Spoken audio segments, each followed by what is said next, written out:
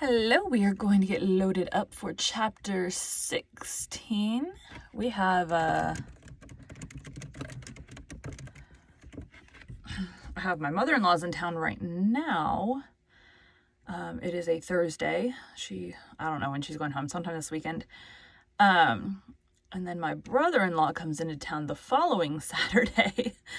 So I'm hoping typically when my brother-in-law's in town, I make sure that I don't have to record podcast episodes. But unfortunately, I don't know what happened. I somehow got behind. Not behind, just like not ahead. So typically I like to have a couple ready to go. Ideally, I'd like to be like a month ahead. That'd be nice. Or an entire book ahead. That'd be super nice. That is not the case right now. I would like to at some point do Anna Karenina, but I will not be an entire book ahead at that point. That's like almost a year worth of audio. Today we'll be continuing The Phantom of the Opera by Gaston Leroux. Chapter 16. Madame Giry's astounding revelations as to her personal Start over.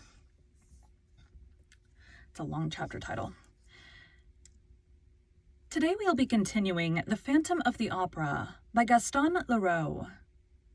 Chapter 16. Madame Giry's astounding revelations as to her personal relations with the opera ghost. Before following the commissary into the manager's office, I must describe certain extraordinary occurrences that took place in that office, which Remy and Mercier had vainly tried to enter, and into which Messieurs Richard and Moncharmin had locked themselves, with an object which the reader does not yet know, but which it is my duty, as a historian, to reveal without further postponement. I have had occasion to say that the manager's mood had undergone a disagreeable change for some time past, and to convey the fact that this change was due not only to the fall of the chandelier on the famous night of the gala performance. The reader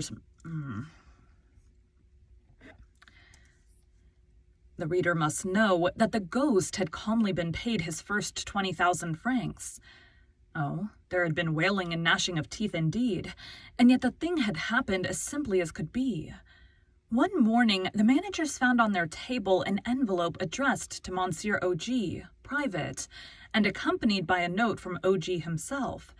"The time has come to carry out the clause in the memorandum book. Please put 20 notes of 1,000 francs each into this envelope, seal it with your own seal, and hand it to Madame Giry, who will do what is necessary." The managers did not hesitate. Without wasting time in asking how these confounded communications came to be delivered in an office, which they were careful to keep locked, they seized this opportunity of laying hands on the mysterious blackmailer. And after telling the whole story under the promise of secrecy to Gabriel and Mercier, they put the 20,000 francs into the envelope, and without asking for explanations, handed it to Madame Giry, who had been reinstated in her functions. The box-keeper displayed no astonishment. I need hardly say that she was well watched. She went straight to the ghost's box and placed the precious envelope on the little shelf attached to the ledge. The two managers, as well as Gabriel and Mercier, were hidden in such a way that they did not lose sight of the envelope for a second during the performance, and even afterward, for as the envelope had not moved, those who watched it did not move either, and Madame Giry went away while the managers, Gabriel and Mercier, were still there. At last they became tired of waiting and opened the envelope, after ascertaining that the seals had not been broken. At first sight, Richard and Moncharmin thought that the notes were still there, but soon they perceived that they were not the same. The 20 real notes were gone, and had been replaced by 20 notes of the Bank of St. Farce. The manager's rage and fright were unmistakable. Moncharmin wanted to send for the commissary of police, but Richard objected. He no doubt had a plan, for he said, "Don't let us make ourselves ridiculous. All Paris would laugh at us. O.G. has won the first game. We will win the second." He was thinking of the next month's allowance. Nevertheless, they had been so absolutely tricked that they were bound to suffer a certain dejection. And upon my word, it was not difficult to understand. We must not forget that the managers had an idea at the back of their minds all the time that this strange incident might be an unpleasant practical joke on the part of their predecessors, and that it would not do to divulge it prematurely. On the other hand, Moncharmin was sometimes troubled with a suspicion of Richard himself, who occasionally took fanciful whims into his head, and so they were content to await events, while keeping an eye on Mother Giry. Richard would not have her spoken to. "If she is a Confederate," he said, "the notes are gone long ago, but in my opinion she is merely an idiot." "She's not the only idiot in this business," said Moncharmin pensively. "Well, who could have thought it?" moaned Richard. "But don't be afraid. Next time I shall have taken my precautions." The next time fell on the same day that beheld the disappearance of Christine Daae. In the morning, a note from the ghost reminded them that the money was due. It read, "Do just as you did last time. It went very well. Put the 20,000 in the envelope and hand it to our excellent Madame Giry." And the note was accompanied by the usual envelope. They had only to insert the notes. This was done about half an hour before the curtain rose on the first act of Faust. Richard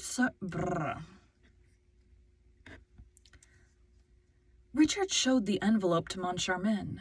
Then he counted the 20,000 franc notes in front of him and put the notes into the envelope, but without closing it. "And now," he said, "let's have Mother Giry in." The old woman was sent for. She entered with a sweeping courtesy. She still wore her black taffeta dress, the color of which was rapidly turning to rust and lilac, to say nothing of the dingy bonnet. She seemed in a good temper. She at once said, "Good evening, gentlemen. It's for the envelope, I suppose." "Yes, Madame Giry," said Richard most amiably, "for the envelope, and something else besides." "At your service, Monsieur Richard, at your service. And what is the something else, please?" "First of all, Madame Giry, I have a little question to put to you." "By all means, Monsieur Richard. Madame Giry is here to answer you." "Are you still on good terms with the ghost?"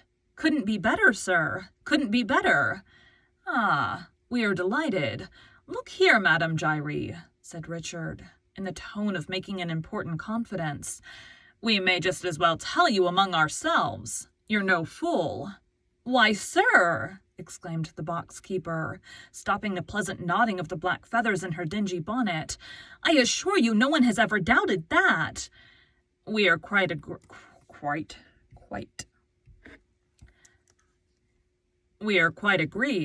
and we shall soon understand one another. The story of the ghost is all humbug, isn't it? Well, still between ourselves, it has lasted long enough."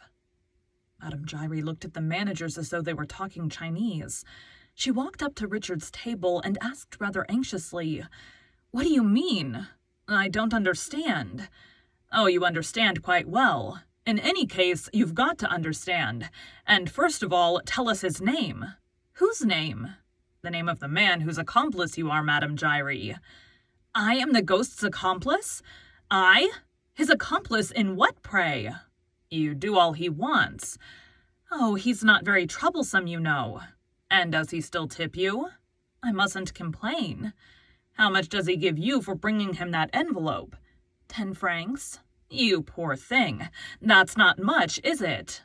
"Why?" "I'll tell you that presently, Madame Giry. Just now we should like you to know for what extraordinary reason you've given yourself body and soul to this ghost. Madame Giry's friendship and devotion are not to be bought for 5 francs or 10 francs. "That's true enough. And I can tell you the reason, sir. There's no disgrace about it. On the contrary." "We're quite sure of that, Madame Giry." "Well, it's like this. Only the ghost doesn't like me to talk about his business." "Indeed?" sneered Richard. "But this is a matter that concerns myself alone. Well, it was in box 5 one evening. I found a letter addressed to myself, a sort of note written in red ink. I needn't read the letter to you, sir. I know it by heart, and I shall never forget it if I live to be 100. And Madame Giry, drawing herself up, recited the letter with touching eloquence. "Madame," 1825, Mademoiselle Montrier, leader of the ballet, became Marquis de Cussy. 1832, 1832, Mademoiselle Marie Taglioni, a dancer, became Countess Gilbert de Voisnins. 1846, Lasada, a dancer, married a brother of the King of Spain. 1847, Lola Montez, a dancer, became the morganatic wife of King Louis of Bavaria and was created Countess of Landsfeld. 1848, Mademoiselle Maria, a dancer, became Baron de Erneville. 1870, Teresa Hessier, a dancer, married Dom Fernando, brother to the King of Portugal. Richard and Moncharmin listened to the old woman, who, as she proceeded with the enumeration of these glorious nuptials, swelled out, took courage, and at last, in a voice bursting with pride, flung out the last sentence of the prophetic letter. 1885, Meg Giry, Empress. Exhausted by this supreme effort, the boxkeeper fell into a chair, saying, "Gentlemen, the letter was signed Opera Ghost. I had heard much of the ghost, but only half believed in him. From the day when he declared that my little Meg, the flesh of my flesh, the fruit of my womb, would be my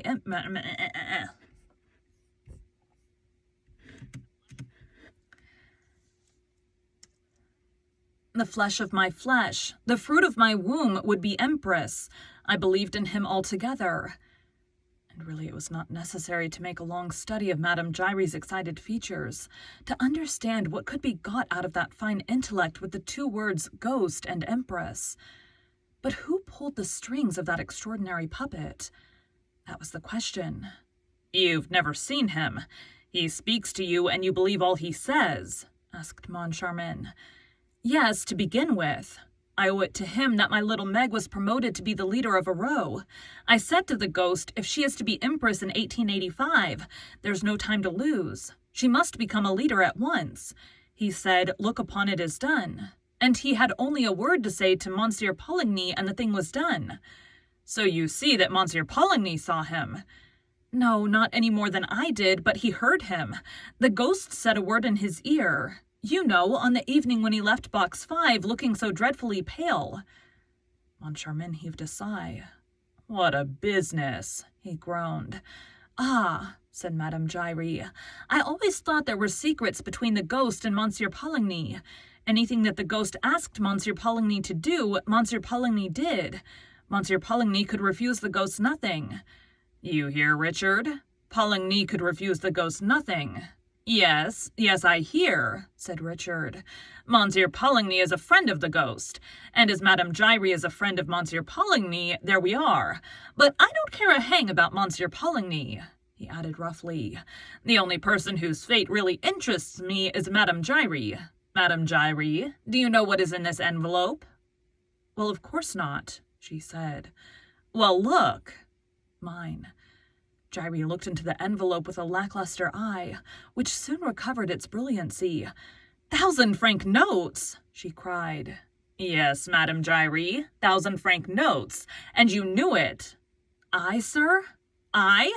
I swear—" "Don't swear, Madame Giry. And now I will tell you the second reason why I sent for you. Madame Giry, I'm going to have you arrested." The two black feathers on the dingy bonnet, which usually affected the attitude of 2 notes of interrogation, changed into 2 notes of exclamation. As for the bonnet itself, it swayed in menace on the old lady's tempestuous chignon. Surprise, indignation, protest, and dismay were furthermore displayed by little Meg's mother in a sort of extravagant movement of offended virtue, half bound, half slide, that brought her right under the nose of Monsieur Richard, who could not help pushing back his chair. "Have me arrested!" The mouth that spoke those words seemed to spit the 3 teeth that were left to it into Richard's face. Monsieur Richard behaved like a hero. He retreated no farther. His threatening forefinger seemed already to be pointing out the keeper of box 5 to the absent magistrates. "I'm going to have you arrested, Madame Giry, as a thief. Say that again!" And Madame Giry caught Mr. Manager Richard a mighty box on the ear before Mr. Manager Moncharmin had time to intervene. But it was not the withered hand of the angry old bedlam that fell on the managerial ear, but the envelope itself. The cause of all the trouble, the magic envelope that opened with the blow, scattering the banknotes which escaped in a fantastic whirl of giant butterflies. The two managers gave a shout, and the same thought that made them both go on their knees.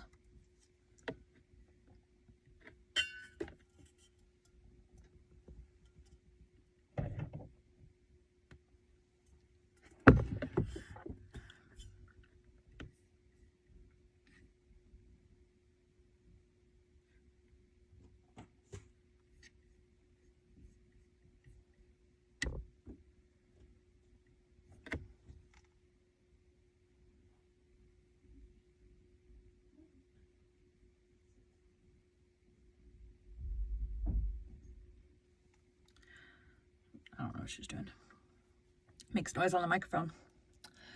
Okay, we're getting on our knees. Shout. Shout. And the same thought made them both go on their knees, feverishly picking up and hurriedly examining the precious scraps of paper. Are they still genuine, Moncharmin? Are they still genuine, Richard? Yes, they are still genuine. Above their heads, Madame Giry's 3 teeth were clashing in a noisy contest, full of hideous interjections. But all that could be clearly distinguished was his leave motif. I, a thief? I, a thief? I? She choked with rage. She shouted, I never heard of such a thing. And suddenly she darted up to Richard again. In any case, she yelped, you, Monsieur Richard, ought to know better than I where the 20,000 francs went to. I? Asked Richard, astounded. And how should I know? Moncharmin looked severe and dissatisfied, at once insisted that the good lady should explain herself. What does this mean, Madame Giry? He asked. And why do you say that Monsieur Richard ought to know better than you where the 20,000 francs went to? As for your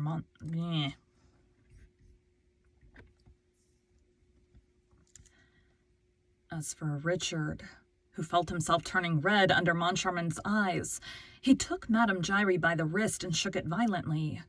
In a voice growling and rolling like thunder, he roared, Why should I know better than you where the 20,000 francs went to? Why? Answer me! Because they went into your pocket, gasped the old woman, looking at him as if he were the devil incarnate. Richard would have rushed upon Madame Giry, if Moncharmin had not stayed his avenging hand, and hastened to ask her more gently, How can you suspect my partner, Monsieur Richard, of putting 20,000 francs in his pocket? I never said that, declared Madame Giry, seeing that it was myself who put the 20,000 francs into Monsieur Richard's pocket. And she added, under her voice, There, it's out, and may the ghost forgive me. Richard began bellowing anew, but Moncharmin authoritatively ordered him to be silent. Allow me. Let the woman explain herself. Let me question her. And he added, It is really astonishing that you should take up such a tone. We are on the verge of clearing up the whole mystery, and you're in a rage. You're wrong to behave like that. I'm enjoying myself immensely. Madame Giry, like the martyr that she was, raised her head, her face beaming with faith in her own innocence. You tell me there were 20,000 francs.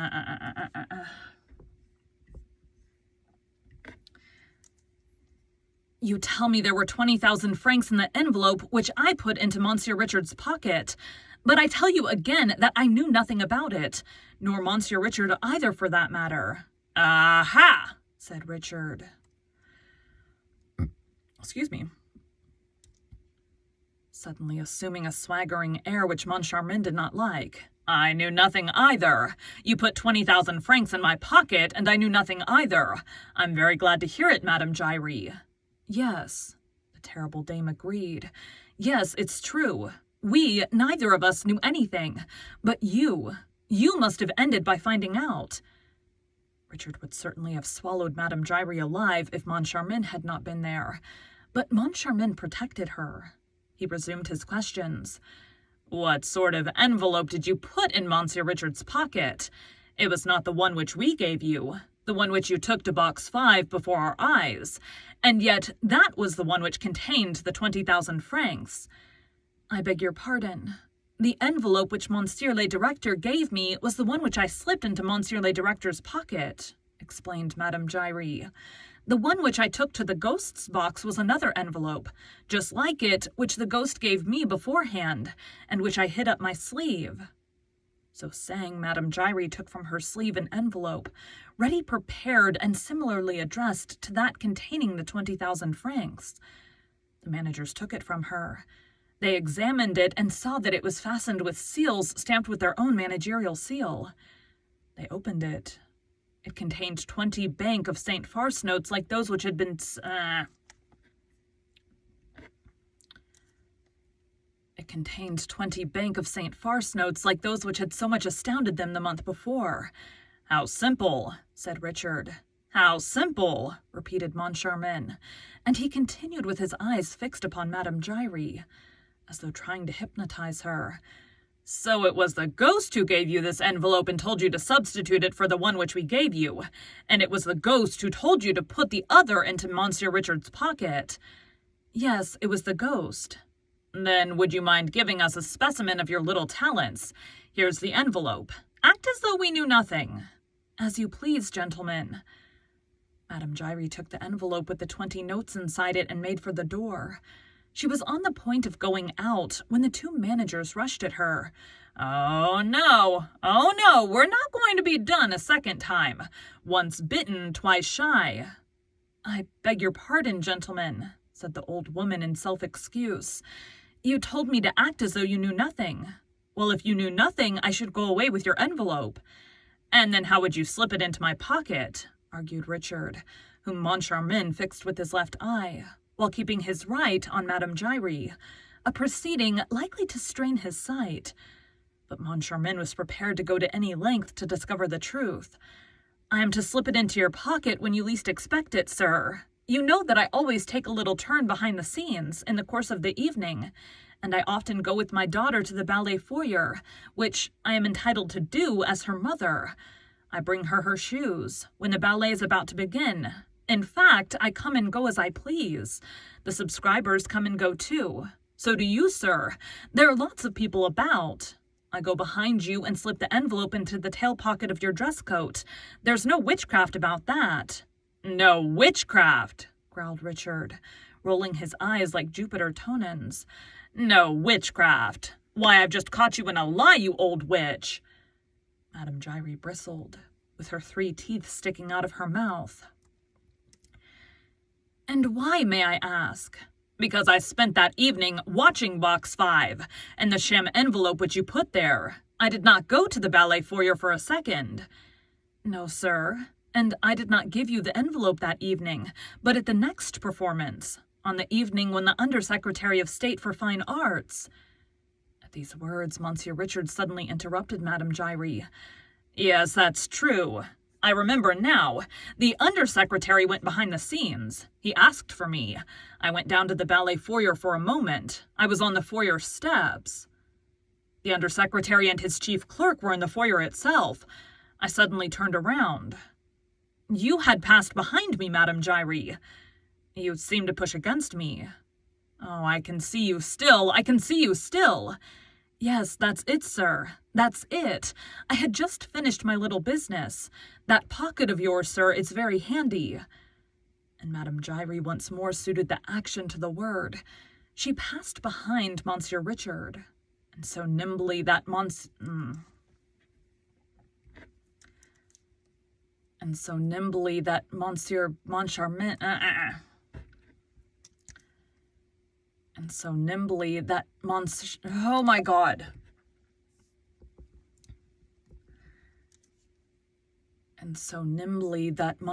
himself was impressed by it, slipped the envelope into the pocket of one of the tails of Monsieur Richard's dress coat.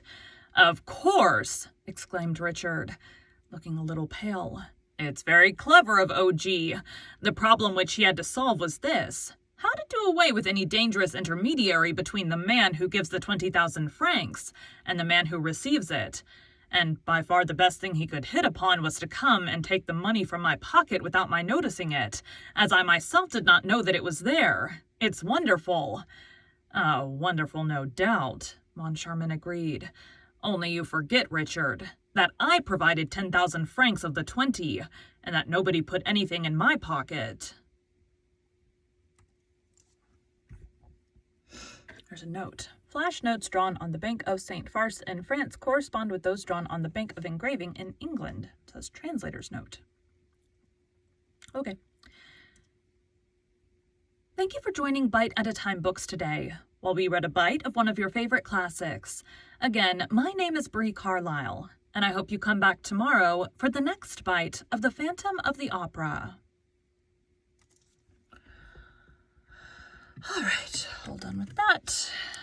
Time to be done. Thanks, guys.